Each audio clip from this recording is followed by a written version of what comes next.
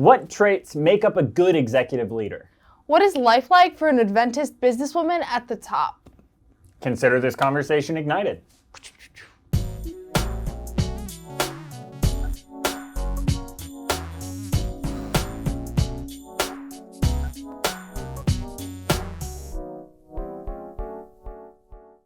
Hey guys, my name is Aaron Patterson. I'm a junior, and that's all the information for today. Hi, my name is Elise Deschamps. That is not all the information of today. We actually have a pretty interesting episode. Stupid episode for me to say that, because the next thing I have for you is a little confession about me. A little confession. Small one. Okay, go ahead. Talk about yourself. So, believe it or not, I have this thing called ADHD, right? I have 80 of Surprise. them HDs. And I was a child at one point, and I was incredibly difficult, which is natural for children, Sure, right? sure. Crazy. But the thing about my ADHD is I went and got counseling for it when I was little, and I actually mentioned this in an Ignite episode before, the counseling one. I stole a piece of chocolate, and the counselor asked me, "Did you steal chocolate?" And I said, "No." And he sat on me. The counselor For sat about on an you? hour. Yeah, sat on me. Is that allowed? I don't know. Maybe But- it's a different method. Anyways, what's this have to do with today's episode on women in business? Which is a fair question, but Okay. I promise it all connects, because when I was like that, I was all off the walls as a child. There was this one individual, there were several, but one of the key individuals who could actually handle me, her name was Jane Stevenson, and she is an awesome Christian woman and businesswoman, so we get to talk to her today. So she knows me through that lens.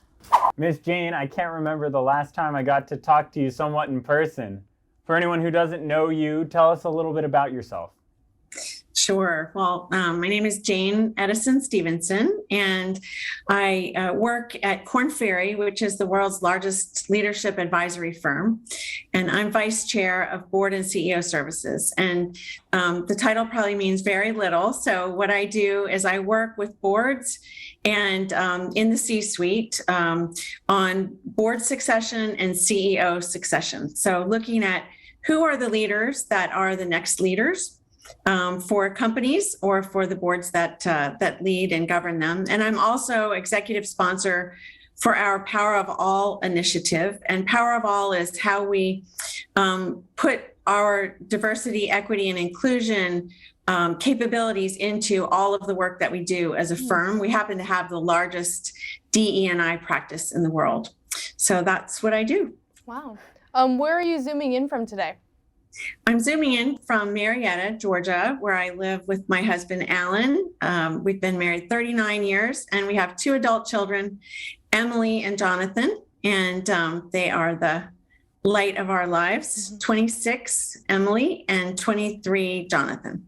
Wow. So I know you just touched on it a little bit, but tell us a little bit more about day-to-day job as a vice chairman for board and CEO services in Atlanta. Sure. So my role is a global role, and pre-COVID, I traveled once or twice pretty much every week. Now I work from my living room most of the time, although it seems like the world's opening up again. And I spent my day doing really a mix of things. Just for example, today, a board call, doing an update on a project. We work oftentimes over multiple years, preparing for succession or transition.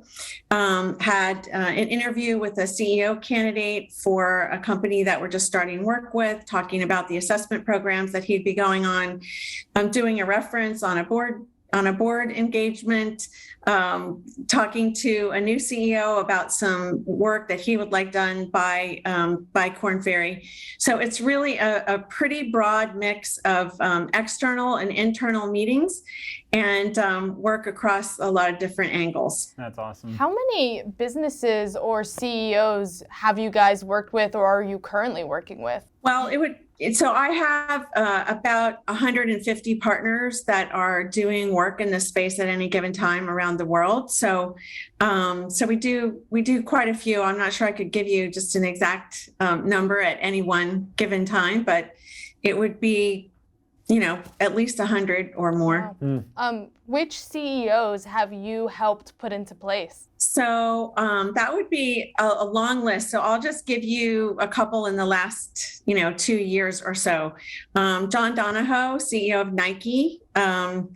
Very recently, Joaquin Duato, the CEO of J&J. Karen Lynch, the CEO of CVS Health. Just actually starting on November 1st, Mike Manley at AutoNation, just getting started. He was previously the CEO of Fiat Chrysler.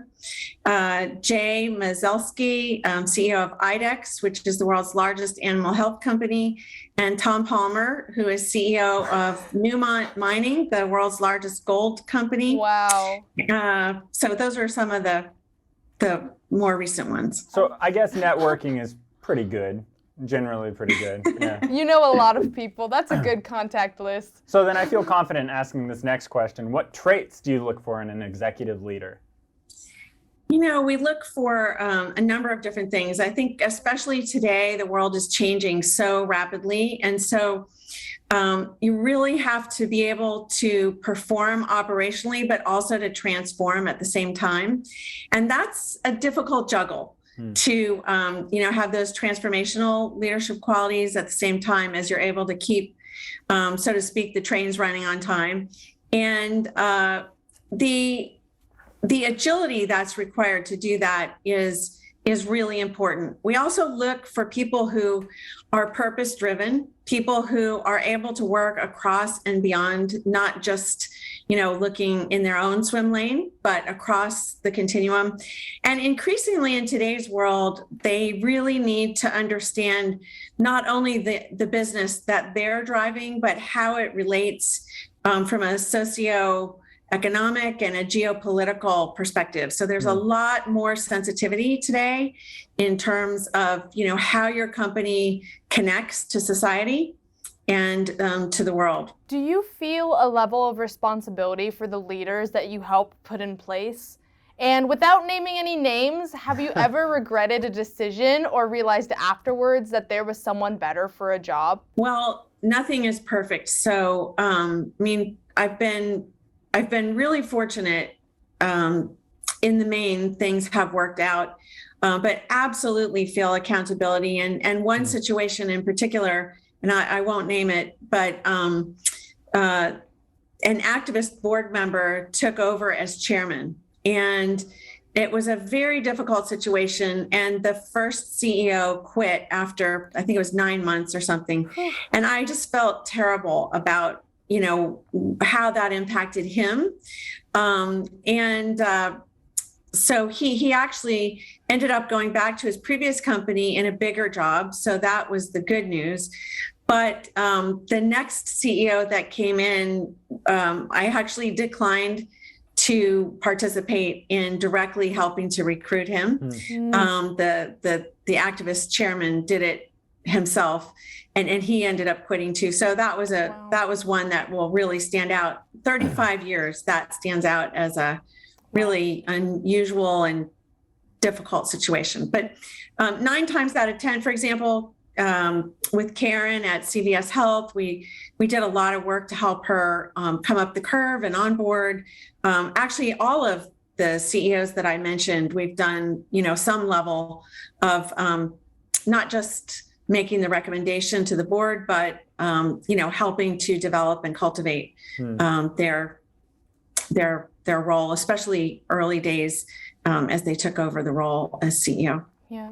Discernment sounds like a very important trait to have in your job, like good discernment. Yeah, how do they recruit for Corn and Ferry? Do they hire you? Do they hire yourself? Yeah. That's a whole long story in itself. So our previous CEO, Paul Riley, actually started the process. And 6 years later, I joined.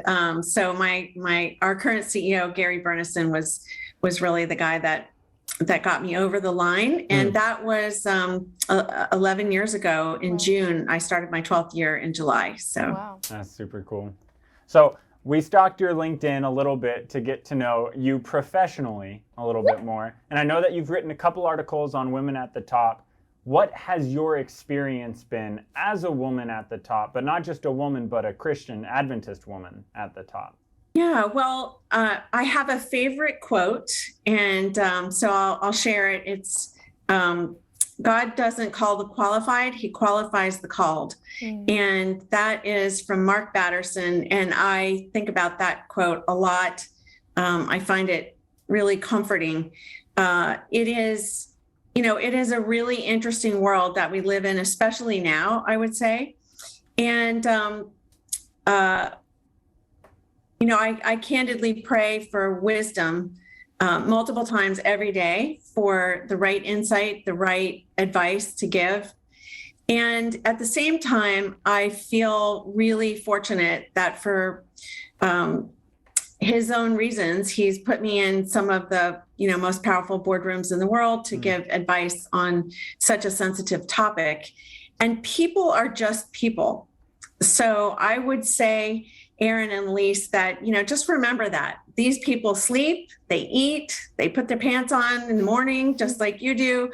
And at the end of the day, there's a lot that we have in common. And so just remembering that and remembering that the opportunity to serve and to add value is ultimately what makes the difference. And God opens the doors where you're meant to be. I think one of the things is it is a very cutthroat world and very contradictory in many ways to our Christian values. And I find that if I just turn it over to the Lord and I try to stay focused on what will make a difference, that it tends to work out over time. But it has required a real shift for me in thinking about things differently. I'm very competitive. I like to win.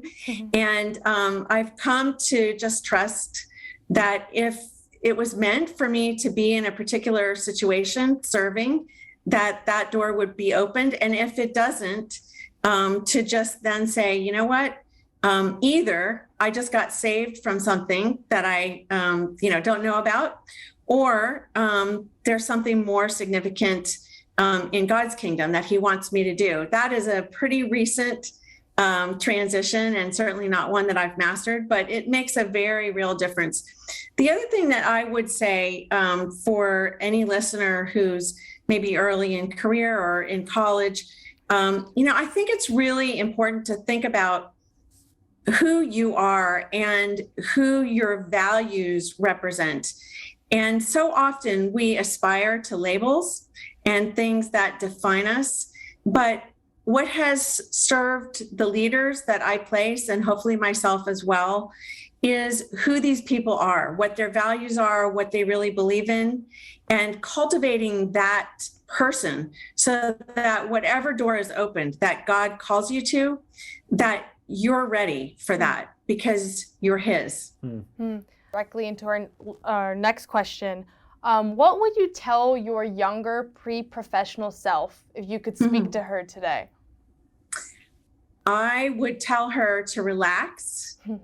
I would tell her to use all the energy on being nervous and aspiring and other things on the task at hand, and to learn as much as possible every day, and to really enjoy the people around her.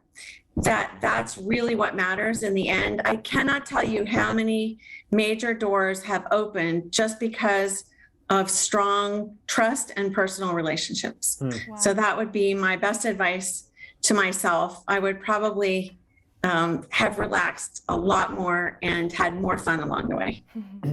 Awesome. Well, Miss Jane, it's so fun to have you on the show, not just because I know you personally, but also because it's interesting to hear the insights behind CEO choosing. I really like what you said about how people are just people, because that extends to every realm of the every person, every realm of work too. Right, and you know what? The golden rule is really a good practice, because you never know where people are going to end up. And I can't tell you how many times just practicing that, because I believe it, has netted out something completely unexpected at a later date. So wow. I'll leave you with that thought. Well, Thank awesome. you so much. We've loved having you on the show. Hopefully we'll get to talk to you again soon. Until then, thank you so much. Thank you so much. Thank you. Great to be with you. Bye-bye. You're welcome. Bye. Thank you guys so much for watching this week's episode of Ignite. Make sure to stay tuned for next week's episode about Southern's racial diversity versus mental and mindset diversity. Small note on that, I won't actually be here for that episode. It'll be the awesome Maria Hernandez taking my seat. And you know what time it is? Subscribe to our YouTube channel, like the video, follow Ignite SAU on Instagram. We're doing Ignite Live really soon, so you're going to want to be subscribed to the YouTube so you can watch the live stream. It's going to be awesome, but until then, have a good week. Goodbye.